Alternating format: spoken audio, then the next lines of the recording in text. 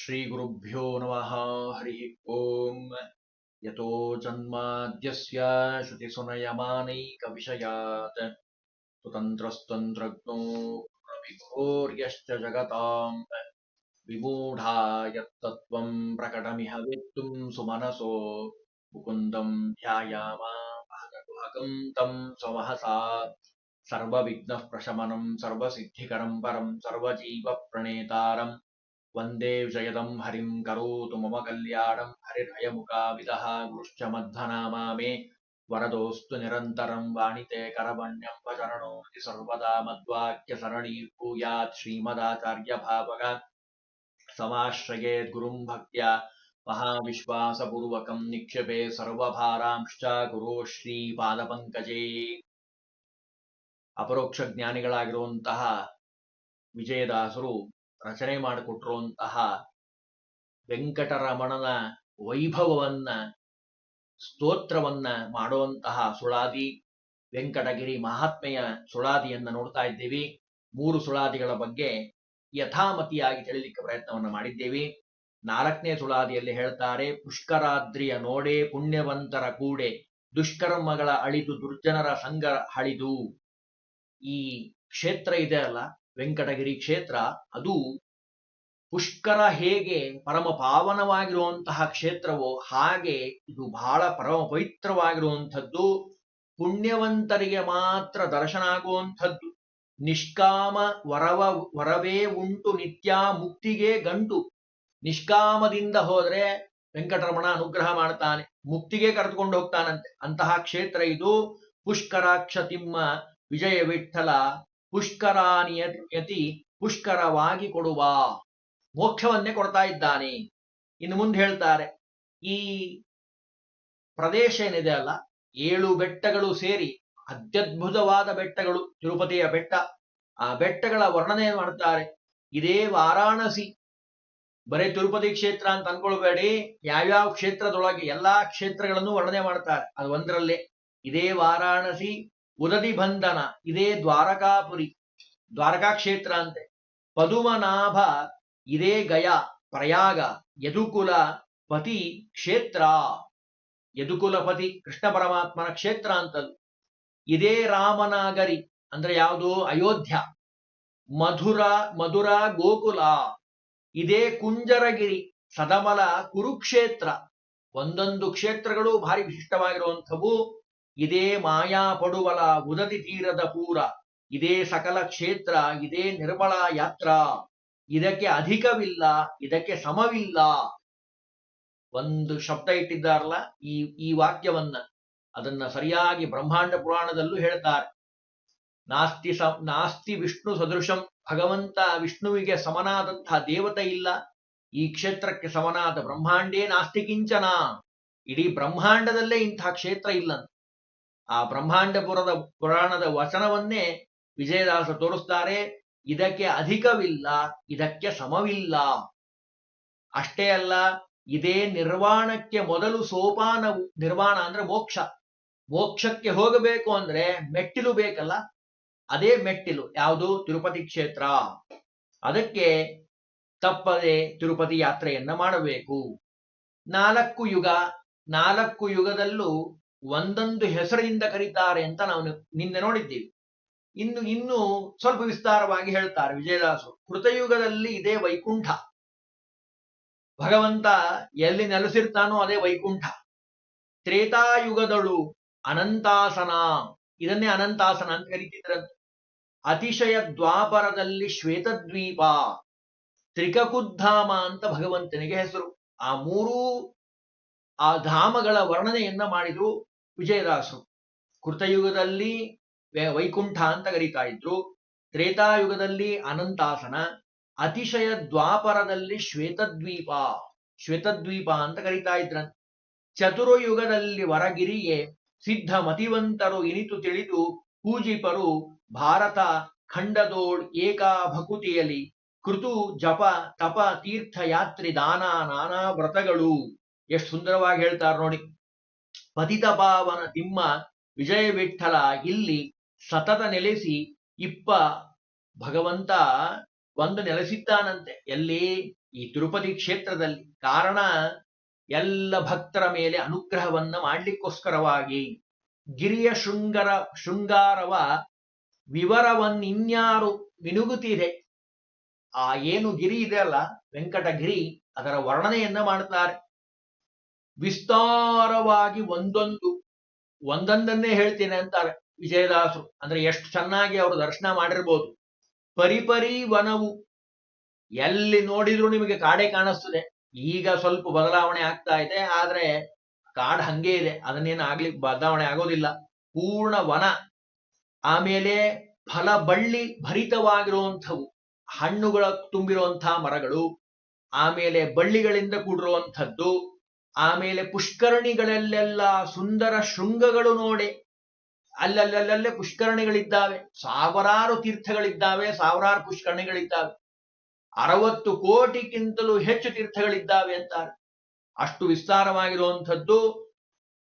ಬರೇ ತೀರ್ಥಗಳಿರೋದಲ್ಲ, ಕಿಂಪುರುಷ, ಸಾಧ್ಯ, ಸಿದ್ಧ, ಯಕ್ಷ, ವಿದ್ಯಾಧರ ಇವರೆಲ್ಲ ಅಲ್ಲಿ ವಾಸ ಮಾಡ್ತಾರಂತೆ. ಯಾಕೆ ತಿರುಪತಿ ಕ್ಷೇತ್ರಕ್ಕೆ ಇಷ್ಟೊಂದು ಮಹತ್ವ ಅಂತ ಕೇಳಿದ್ರೆ, ವಿಜಯದಾಸರು ಹೇಳ್ತಾ ಇದ್ದಾರೆ ನೋಡಿ, ಚರಿಸುತ್ತಿಪ್ಪರು, ಬರೇ ಇರೋದಲ್ರಿ, ಸಂಚಾರ ಮಾಡ್ತಿರ್ತಾರಂತೆ ಎಲ್ಲಾ ಕಡೆ. ಅಷ್ಟು ಪರಮ ಮಂಗಲಕರವಾಗಿರುವಂತಹ ಕ್ಷೇತ್ರ ಅದು. ಈ ಪರ್ವತದೆಡೆಯಲ್ಲಿ ಪರಿಪರಿ ರೂಪವಾಧರಿಸಿಕೊಂಡು, ಯಾರ ರೂಪದಲ್ಲಿ ಯಾರು ಎಲ್ಲಿ ಸಂಚಾರ ಮಾಡ್ತಾರೆ, ಯಾವ ದೇವತೆಗಳು ಅಂತ ಗೊತ್ತಾಗೋದಿಲ್ಲಂತೆ. ಆ ತಿರುಪತಿ ಕ್ಷೇತ್ರದಲ್ಲಿ ಎಲ್ಲಾ ದೇವತೆಗಳು, ಗಂಧರ್ವರು, ಯಕ್ಷರರು, ವಿದ್ಯಾಧರರು ಓಡಾಡ್ತಿರ್ತಾರಂತೆ ಆ ತಿರುಪತಿ ಕ್ಷೇತ್ರದಲ್ಲಿ. ಆ ಬೆಟ್ಟ ಅಷ್ಟು ಪರಮ ಮಂಗಳಕರವಾಗಿರುವಂಥದ್ದು. ಪರಿಪರಿ ರೂಪವ ಧರಿಸಿಕೊಂಡು ಭಾಸುರ ವಿರಕುತಿಯಲ್ಲಿ ಸರಿಗಾಣೆಗಿಲ್ಲಿದ್ದ ನರಗೆ ಭುವನದೋಳ್ ಪರಿಪೂರ್ಣ ಗುಣಾಂಬುದಿ ವಿಜಯ ವಿಠಲ ತಿಮ್ಮ ನಿರುತ ವೈಭವದಿಂದ ಹಿರಿದಾಗಿ ನಲಿವಾ.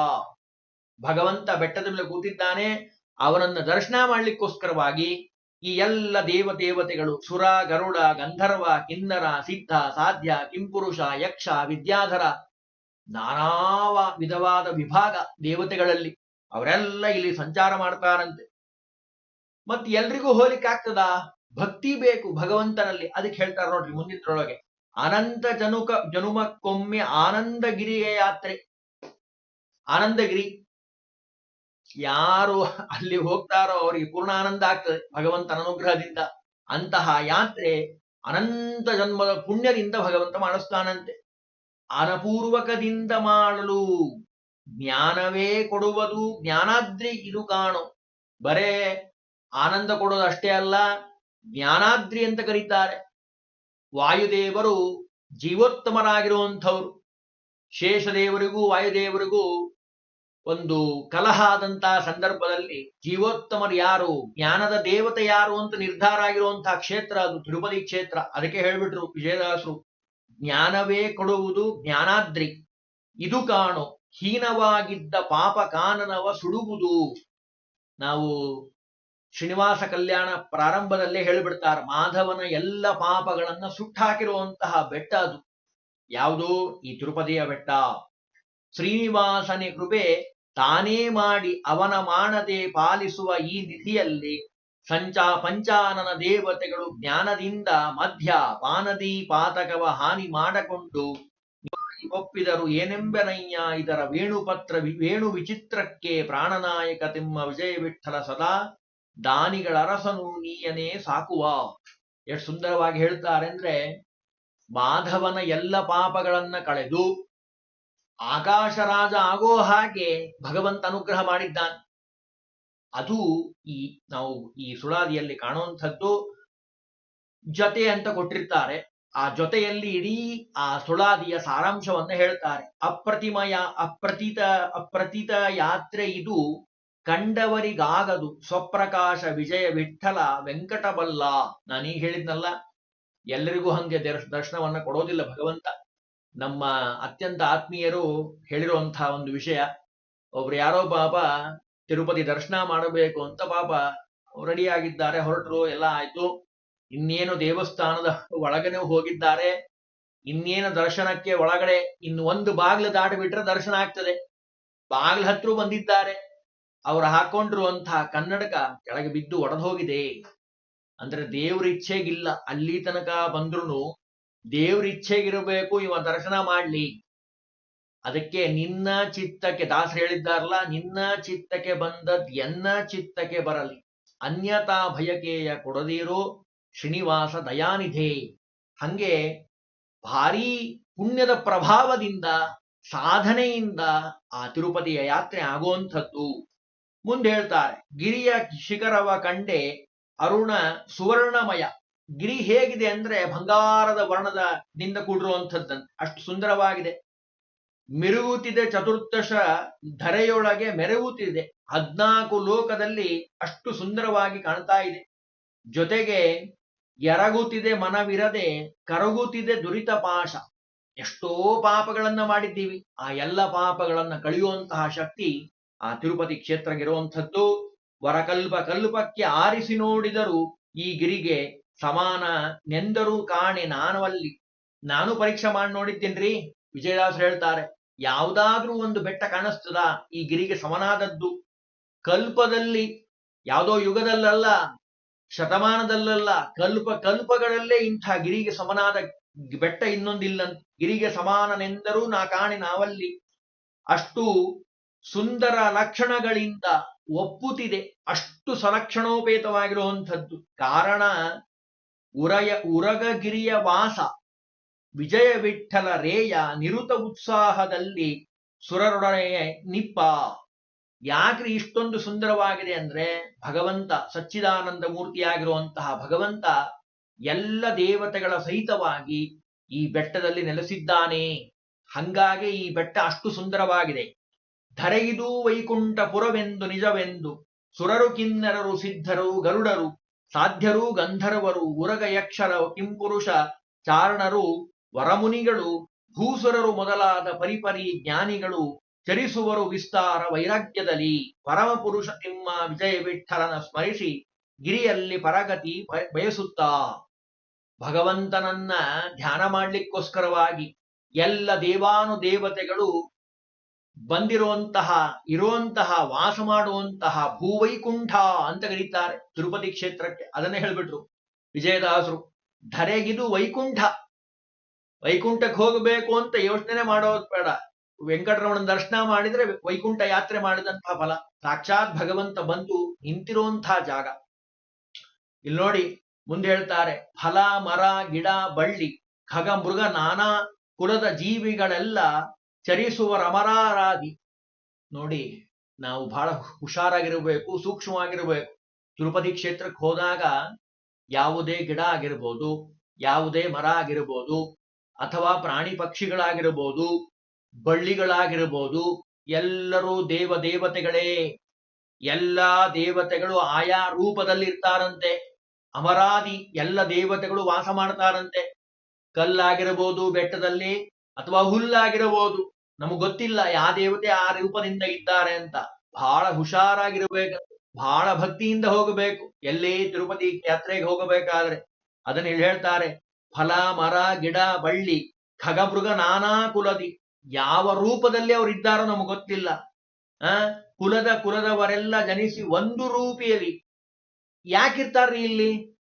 ತಮ್ಮ ಲೋಕದಲ್ಲಿ ಇರ್ಬೇಕಲ್ಲ, ಅದ್ ಬಿಟ್ಟು ಇಲ್ಯಾಕೆ ಬಂದಾರೆ ಅಂತ ಕೇಳಿದ್ರೆ, ಬಲು ಭಕುತಿಯಲ್ಲಿ ಸಾಧನ ಮಾಡುತ್ತಾ ಸುಲಭರಾಗಿಪ್ಪರು ಆವಾಗ ಸುಜನ ಜನಕ್ಕೆ. ಕಲಿಯುಗದಲ್ಲಿ ಸಾಧನೆಗೆ ಬಹಳ ಫಲ ಇದೆ. ಒಂದು ಸಂಧ್ಯಾವಂದನೆ ಮಾಡಿದ್ರೆ ಅಶ್ವಮೇಧ ಫಲ ಅಂತ.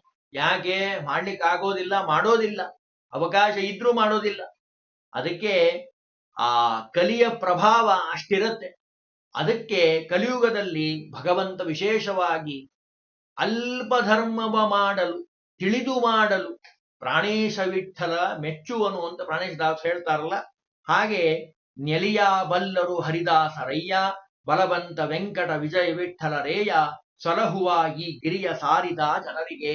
ಬೆಳಗ್ಗೆದ್ದು ಕೂಡಲೇ ಆ ವೆಂಕಟಗಿರಿಯ ಸ್ಮರಣೆಯನ್ನ ಮಾಡಬೇಕು. ಯಾಕೆ ಅಂದ್ರೆ ನಾನೀಗ ಹೇಳಿದ್ನಲ್ಲ, ಎಲ್ಲ ದೇವತೆಗಳು ನಾನಾ ವಿಧವಾದ ವೇಷದಿಂದ ಗಿಡ ಬಳ್ಳಿ ಮರ ಹುಲ್ಲು ಕಲ್ಲು ಮಣ್ಣು ನಾನಾ ವಿಧವಾದ ಖಗಮೃಗಗಳಾಗಿ ಅಲ್ಲಿ ಸಂಚಾರ ಮಾಡ್ತಿರ್ತಾರಪ್ಪ. ಇನ್ನು ಮುಂದೆ ಹೇಳ್ತಾರೆ, ಉರಗಗಿರಿಯ ಯಾತ್ರೆ ದುರುಳ ಮಾನವರಿಗೆ ದೊರಕದು ದೊರೆತಾರೆ ಫಲಿಸದು. ನಾನೀಗಿನ್ನು ಹೇಳಿದ್ನಲ್ಲ, ಕನ್ನಡಕ ಬಿದ್ದು ಒಡೆದು ಹೋಗಿದೆ ಅಂತ. ಹಂಗೆ ಆ ಸಾಮಾನ್ಯ ಜನರಿಗೆ, ಪಾಪ ಮಾಡಿರೋಂಥವರಿಗೆ ಖಂಡಿತವಾಗಿ ಆಗೋದಿಲ್ಲ. ಅದು ಮುಂದೆ ಹೇಳ್ತಾರೆ, ದೊರೆತಾರು ಫಲಿಸಾತು. ಹಠದಿಂದ ನಾ ಹೋಗ್ತೀನ್ರಿ ಅಂತ ಹೊರಟ್ರೆ ಇದ್ದಿದ್ದು ಕಳ್ಕೊಂಡ್ಬರ್ತಾನೆ, ಯಾವ ಸುಖನೂ ಸಿಗೋದಿಲ್ಲ. ಹರಿಗುರು ಭಕುತಿಯಲ್ಲಿ ಪರನಾಗಿ ಅಲ್ಲಿಗೆ ಹೋಗ್ಬೇಕು ಅಂದ್ರೆ ನಿಮ್ಮ ಹತ್ರ ಏನಿರ್ಬೇಕು? ಮುಖ್ಯವಾಗಿ ಬೇಕಾಗಿರೋದು ಐಶ್ವರ್ಯ ಅಲ್ಲ, ರೂಪ ಅಂತೂ ಮೊದ್ಲೇ ಅಲ್ಲ. ಮತ್ತೇನ್ ಬೇಕ್ರಿ? ಹರಿಗುರು ಭಕುತಿಯಲ್ಲಿ ಪರನಾಗಿ ಭಕ್ತಿಯಿಂದ ಹೊರಬೇಕು. ದೇವರೇ ನಿನ್ನ ಅನುಗ್ರಹ ನನ್ನ ಮೇಲಾಗ್ಲಿ. ನಡೆದ ಜನರಿಗಲ್ಲದೆ ಮತ್ತರಿಗೆ ಅತಿ ಸುಲಭವೇ ಧರ ವರ್ಣ ಶ್ರೀ ವಿಜಯ ವಿಠಲ ತಿಮ್ಮ ಕರುಣ ಮಾಡಲು ಆಶ್ಚರ್ಯಯಾಗದು ಕಾಣು. ಭಗವಂತ ಆಶ್ಚರ್ಯ ಅಂದ್ರೆ ಆಶ್ಚರ್ಯ. ಹೆಂಗೆ ಯಾವ ರೂಪದಲ್ಲಿ ಅನುಗ್ರಹ ಮಾಡ್ತಾನೆ ಗೊತ್ತಾಗೋದಿಲ್ಲ ಅಂತ.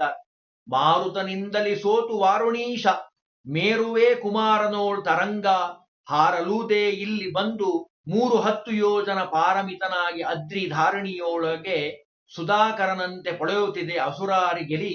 ನಮಸ್ಕಾರ ಪ್ರದಕ್ಷಿಣಿಸುತ್ತ ವಾರುಣದಿಂದಲಿ ಮಾಡಲುದ್ಧಾರನಾಗುವ ಕುಲಸಹಿತ ಶ್ರೀರಮಣ ವಿಕಟ ವಿಜಯ ವಿಠಲ ತಿಮ್ಮ ದೂರ ಮಾಡಿ ಪಾಪ ನಿಕರ ಬಾರದಂತೆ ಪಾಲಿಸುವ.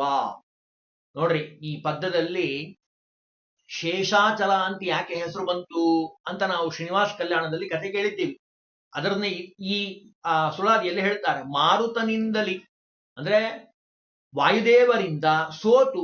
ಯಾರು ಸೋತಂಥವನು? ವಾರುಣೀಶ ಅಂದ್ರೆ ಯಾರು? ಶೇಷದೇವರು. ಮೇರುವೆ ಕುಮಾರನವಳು, ಮೇರುವಿನ ಮಗನಾಗಿರುವಂತಹ ಆನಂದಾದ್ರಿ, ಅವನಿಗೆ ಸುತ್ಕೊಂತಾರೆ ಯಾರೋ ಶೇಷದೇವರು. ಸ್ವಲ್ಪ ಸ್ಪರ್ಶ ಮಾಡ್ತಾರೆ ವಾಯುದೇವರು. 100 ಯೋಜನ, ಅದನ್ನ ಹೇಳ್ತಾರೆ 310 ಯೋಜನ ಪಾರಿಮಿತವಾಗಿ ಅದ್ರಿ ಧಾರುಣಿಯೊಳಗೆ ಓಡ್ತಾ ಇದೆ. ಅವನು ಮೇರು ಬಂದ, ಅಲ್ಲಪ್ಪ ನಿಮ್ಮ ಇಬ್ರು ಜಗಳದೊಳಗೆ ನನ್ನ ಮಗನಿಗೆ ಯಾಕೆ ತೊಂದರೆ ಕೊಡ್ತಾ ಇದ್ದೀರಿ, ದಯವಿಟ್ಟು ರಕ್ಷಣೆ ಮಾಡಬೇಕು ಅಂತ ವಾಯುದೇವರಲ್ಲಿ ಶರಣಾಗಿದ್ದಾನೆ. ವಾಯು ವೇಗದಿಂದ ಹೋಗಿ ಅವರನ್ನು ಆ ಬೆಟ್ಟವನ್ನು ಮತ್ತೆ ವಾಪಸ್ ತಗೊಂಬಂದಿದ್ದಾರೆ, ತರಿಸಿದ್ದಾರೆ ತಮ್ಮ ಶಕ್ತಿಯಿಂದ. ಅದು ವಾಯುದೇವರ ಒಂದು ಶಕ್ತಿ ಸಾಮರ್ಥ್ಯ. ಇಂತಹ ವಾಯುದೇವರ ಪರಮ ಭಕ್ತರಾಗಿರುವಂಥವ್ರು ಶೇಷದೇವರು, ಅವ್ರ ಶಿಷ್ಯರು ಹೌದು. ಅಂತಹ ಅದಕ್ಕೆ ಒಂದು ಕೊನೆಗೊಂದು ಮಾತು ಹೇಳ್ತಾರೆ. ಇದೆಲ್ಲ ಕಥೆಯನ್ನು ಹೇಳಿ, ಅನಂತ ಜನ್ಮದ ಪುಣ್ಯ ಫಲಿಸಿದರೆ ಅನಂತ ಗಿರಿಯಾತ್ರೆ ನೀವ ವಿಜಯ ವಿಠಲ. ನೋಡ್ರಪ್ಪ, ಅನಂತ ಪುಣ್ಯ ಬೇಕಂತೆ. ಆ ಪುಣ್ಯದ ಬಲದಿಂದ ಈ ತಿರುಪತಿಯ ಯಾತ್ರೆ ಆಗ್ಲಿಕ್ಕೆ ಸಾಧ್ಯ. ನಾವು ಇವತ್ತು ಎಲ್ಲಿದ್ದೀವಿ ಅಂದ್ರೆ 5 ಸುಳಾದಿ ಮುಗಿದಿದೆ ಅಷ್ಟೇ. 5 ಸುಳಾದಿ ಹೇಳಿರುವಂಥದ್ದು 36 ಸುಳಾದಿ ಇದ್ದಾವೆ. ಇನ್ನು ನಾಳನೇ ದಿವಸ ಅದರ ಮುಂದಿನ ಒಂದು ವರ್ಣನೆಯನ್ನ ತಿಳಿಲಿಕ್ಕೆ ಪ್ರಯತ್ನವನ್ನ ಮಾಡೋಣ.